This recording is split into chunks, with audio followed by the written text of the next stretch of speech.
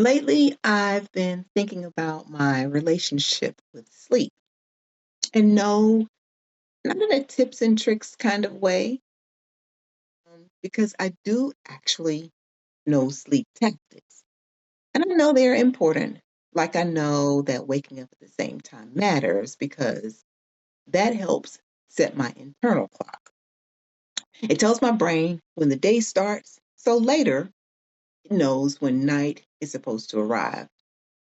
Waking at the same time daily helps because in menopause, the internal circadian clock doesn't reset itself as easily. So, when your wake up time is all over the place, sleepiness doesn't occur cleanly at nighttime.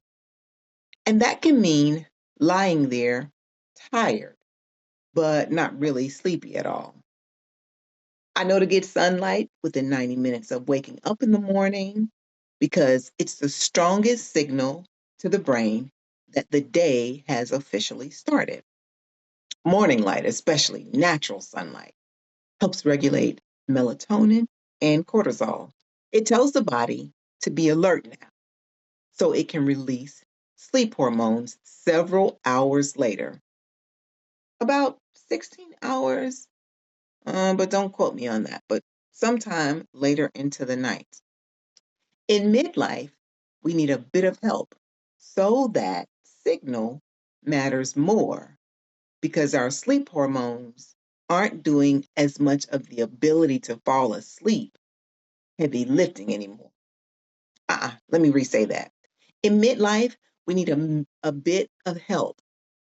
So that signal matters more because our sleep hormones aren't doing nearly as much of its ability to fall asleep heavy lifting anymore. Our hormones have waned. So light becomes one of the few reliable ways to get in a sleepy rhythm naturally.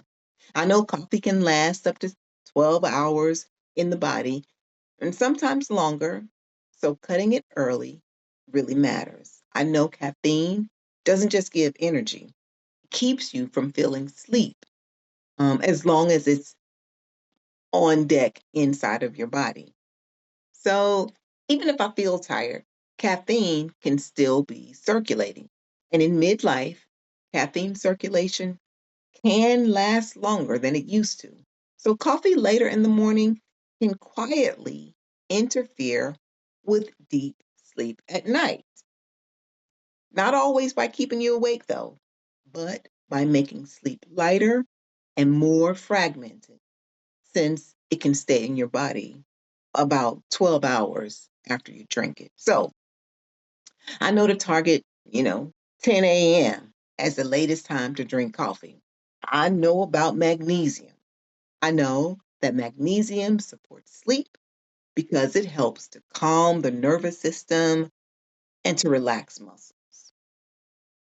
And it plays a role in regulating stress hormones and supporting deeper stages of sleep. During hormonal shifts, many women are low in it, so incorporating it can really be helpful. Magnesium isn't something that always will knock you out. In fact, it can depend from person to person, but it does help the body feel relaxed enough to rest. I know about hormones. I know they affect sleep because estrogen and progesterone help regulate temperature, calm the brain, and support deeper sleep. And when those hormones fluctuate or decline, sleep becomes less predictable.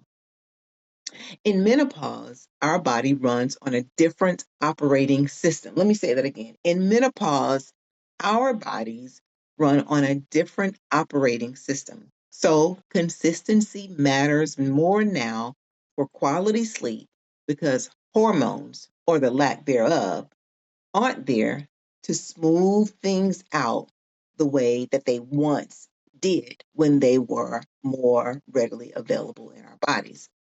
Since I know all of these things and have tried them, Sometimes ad hoc, I'll admit, and at other times, all at once, but I'm not consistent long enough to make a long term impact on my sleep struggle. So, as I think about this, it doesn't seem like my issue with sleep is tactical. I know the things. So, what then is the problem? You've got to be asking that by now. Get to it. I hear someone on the front row saying, I think my problem is emotional. I don't think that I have fully connected to why sleep deserves my respect. And it does. And without that, without the deeper desire and without goals that support that desire, Lord, consistency just is not showing up. And that's the part that hasn't been sticking, the desire part. It's not that I don't care about sleep. Of course I do, because a woman's body repairs more effectively with good sleep. Also, with good sleep for women, stress is less likely to accumulate in the body to create damage. Good sleep can even slow aging at the cellular level. And these things are clear to me intellectually. And yet, I still notice a disconnect from my desire to have good sleep and a disconnect from my desire to realize the benefits of good sleep. You know, better sleep just about just it better sleep isn't just about good energy for the day. For women, better sleep gives us 2 to 4 more hours, 2 to 4 more years of quality life. I don't know what I was thinking when I said hours. So, if you're here, thanks for being here. I'm Minty Ray. Welcome. Come on in. Come on in. Here you are. We're all among friends. Here we talk about health, about stress in midlife. Here you are among friends because we talk gently and honestly with each other. Here we name things we've been holding in our bodies, in our minds, and in our emotions. Because naming is how something moves from unconscious to intentional. We name things here so that they can be understood. So, what I want to say is we're talking about sleep and sleep hygiene, but not in the way it's usually discussed. Because for many of us, especially in menopause, sleep isn't just about habits, it's about hormones. It's about body temperature changes. It's about waking up at hours you never, ever used to. It's your nervous system doing something unfamiliar. And when your body is changing like that, consistency matters so much more for sleep because of the decrease in hormones. They're no longer available to smooth things out, to make things right in your body the way they once did. I like to be clear about something. Good sleep is not about discipline. It's not about laziness. And let me interject if you're talking to yourself in a harsh way with this laziness thing. We don't talk about ourselves that way. Now, we do gently analyze to solve life's equations, but in doing so, we do not call ourselves harsh names. Ever. Okay? Promise? Here we're curious, and most of us know exactly what we're supposed to be doing. But knowing that doesn't automatically create the rhythm to do the thing, especially for those of us whose hormones are renegotiating with our bodies. Rhythm matters. And let me tell you why. Rhythm creates ease for us, which is what we want. It's how we put things on autopilot, building a life that we actually enjoy. So, one of my core beliefs about change is this: you don't start with discipline, you start with desire. And desire isn't surface. Instead, you start with a deep desire that actually fuels you. And not until you identify that desire do you set goals that serve that desire. And when desire is clear enough, consistency becomes a byproduct. And what you're after stops feeling like force and starts feeling like alignment. And because I know that this works, I thought, let's apply that lens to sleep. Like with everything else, when I apply that lens, something precious happens in my life. In the past, my goals were go to bed earlier, wake up at the same time, but those are not desires. They're simply instructions. And instructions without desire, they just don't last for me. Now, some of us are retired and some of us aren't. And even if you're not, your relationship with time still changes in midlife. You might have more flexibility or less because of work, caregiving, family responsibilities, or even stress. So, this isn't about having more time. It's about how you relate to the time that you do have.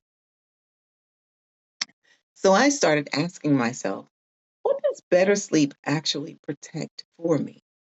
Does it provide emotional steadiness, mental clarity, better physical recovery? Does better sleep give me the ability to show up for myself and for the people that I love? Does better sleep give me the mental space to move my body without mustering up a scheme to move my body more in a day? Hey, I'm still here, just with better light. Does better sleep give me more mental room to plan more fun? Um, Actually, my battery was dying, so I had to do a couple things. If I'm being honest, I just want to, I'm just trying to clue you in on what's happening over here in this non uh, editing uh, situation we have now. Back to the video. Um, Does better sleep, does it give me the ability to be more productive whenever I want, rather than um, when I can just, rather than when I only being productive when I can muster up enough energy? And honestly, I don't think I fully named what better sleep really does for me. I don't think I've named um, the desires that are associated um, with better sleep, the desires that affect my life that are associated with having better sleep. So I'm not forcing a bedtime right now. I'm not shaming myself into a perfect routine. I'm doing something slower. I'm listening because menopause teaches you, whether you want the lesson or not, that you cannot brute force your body anymore.